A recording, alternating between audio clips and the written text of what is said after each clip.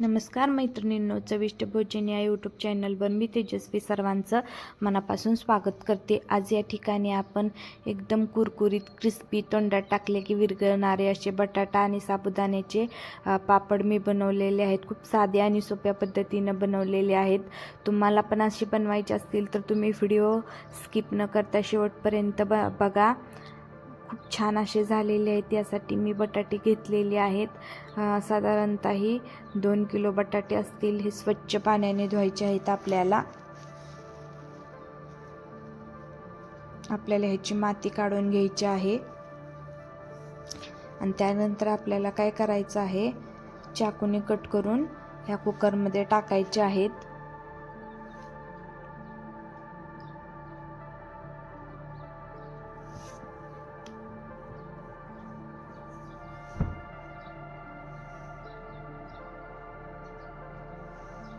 या पद्धतीने मी कट केलेले आहेत आणि इथं 1 तांब्या पाणी मी टाकलेलं आहे।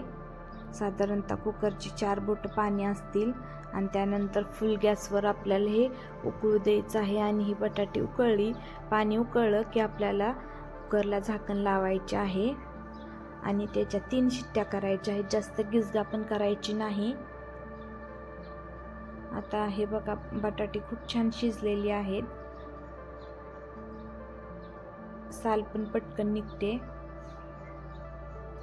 आता या बटाट्यांच्या साली आपण काढून घेणार आहोत आणि नंतर आपल्याला काय करायचे आहे, पुरणपोळीची जी जाळी आहे ना, आपण जसं पुरण काढतो का नाही तसंच एका वेळेस 3 ते 4 काप घेऊन आपल्याला स्मॅशर किंवा एखादं फुलपात्र जर असेल तर त्यांना आपल्याला हे स्मॅश करून घ्यायचं आहे। म्हणजे त्याच्या गिटळ्या राहत नाहीत आणि पापड खाताना ते दाताखाली येत नाहीत आणि मोठे मोठे कण जर खाताना लागले तर ते खूप त्रास होतो। तुम्ही या पद्धतीने जर बारीक केले ना स्मॅशरनं तर खूप छान असं हे बनतं। अशा पद्धतीने आपलं बनवून झालेलं आहे। आता आपल्याला हे सेट होण्यासाठी अर्धा तास असंच झाकण लावून ठेवायचं आहे। तोपर्यंत आपण साबुदाणा मी साधारणतः 2 ते 3 किलो बटाट्याचं तुम्ही प्रमाण घेऊ शकता। त्यासाठी मी इथं अर्धा किलो साबुदाणा वापरलेला आहे। हा साबुदाणा आपल्याला काय करायचा आहे, कढईमध्ये व्यवस्थित असा भाजून घ्यायचा आहे सुरुवातीला आणि तो नंतर थंड करायला ठेवायचा आहे। त्यानंतर एका मिक्सरच्या भांड्यामध्ये मी 10 मिरच्या घेतलेल्या आहेत। त्या आपल्याला मिक्सरमधून बारीक करून घ्यायच्या आहेत। जास्त तिखट असतील तर कमी घ्या। नंतर मोठ्या मिक्सरच्या भांड्यात मी हे आता गार झाला आहे साबुदाणा, त्यामुळे साबुदाणा आता मिक्सरमधून काढूया।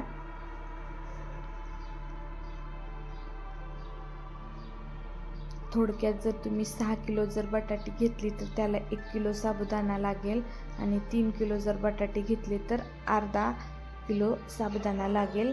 नंतर आपल्याला हे मिक्सरमधून जे काढलेलं आहे साबुदाणा तो एका बाउलमध्ये ट्रान्सफर करायचा आहे आणि त्यानंतर चाळणीने चाळायचं आहे। त्याच्यामुळे काय होतं, मोठे साबुदाण्याचे जे कण राहिले आहेत ते वरती राहतील। आता ह्या आपण बटाटा जो कुकरमध्ये ठेवला होता तो मी एका मोठ्या पाटीत काढलेला आहे आणि आता आपल्याला इथं मीठ टाकायचं आहे। मी 2 चमचे मीठ टाकलेलं आहे आणि आता तिखटाची जी पेस्ट आहे, मिरची बारीक केली ती पेस्ट आता आपण इथं वापरणार आहोत।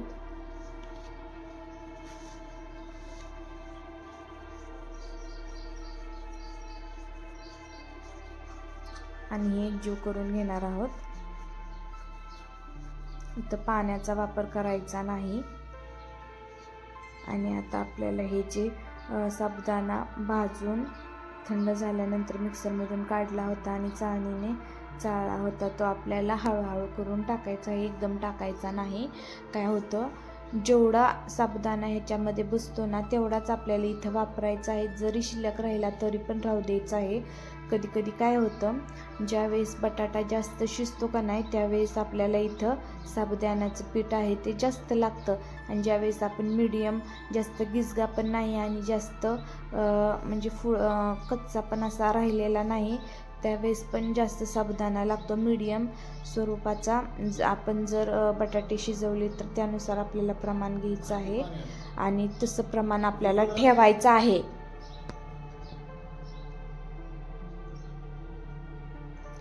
त्यानंतर व्यवस्थित गोळा बनवून झाला की आपल्याला अशा पद्धतीचे गोळे अगोदरच बनवून ठेवायचे आहेत, म्हणजे करायला पण सोपी पडते ही रेसिपी.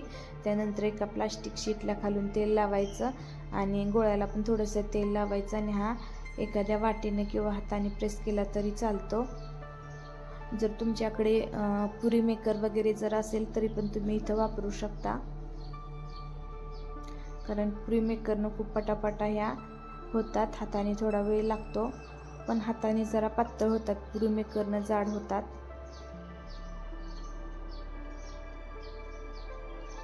फक्त साबुदाण्याचं प्रमाण जर योग्य ठेवलं ना तर हे बटाट्याचे पापड खूप छान होतात.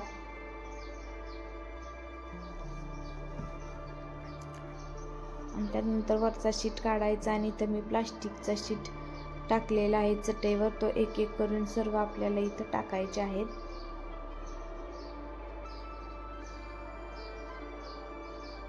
आणि नंतर आपल्याला हे वाळवून घ्यायचे आहेत. त्यानंतर वाळल्यानंतर तुम्ही बघू शकता खूप छान असे आपले साबुदाण्याचे पापड बनलेले आहेत.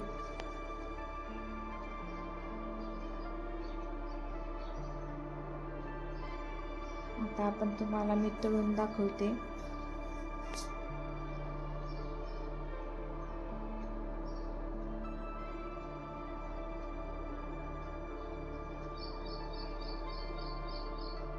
खूप छान असे आपले हे पापड बनलेले आहेत. तुम्ही सुद्धा या पद्धतीने नक्की बनवा.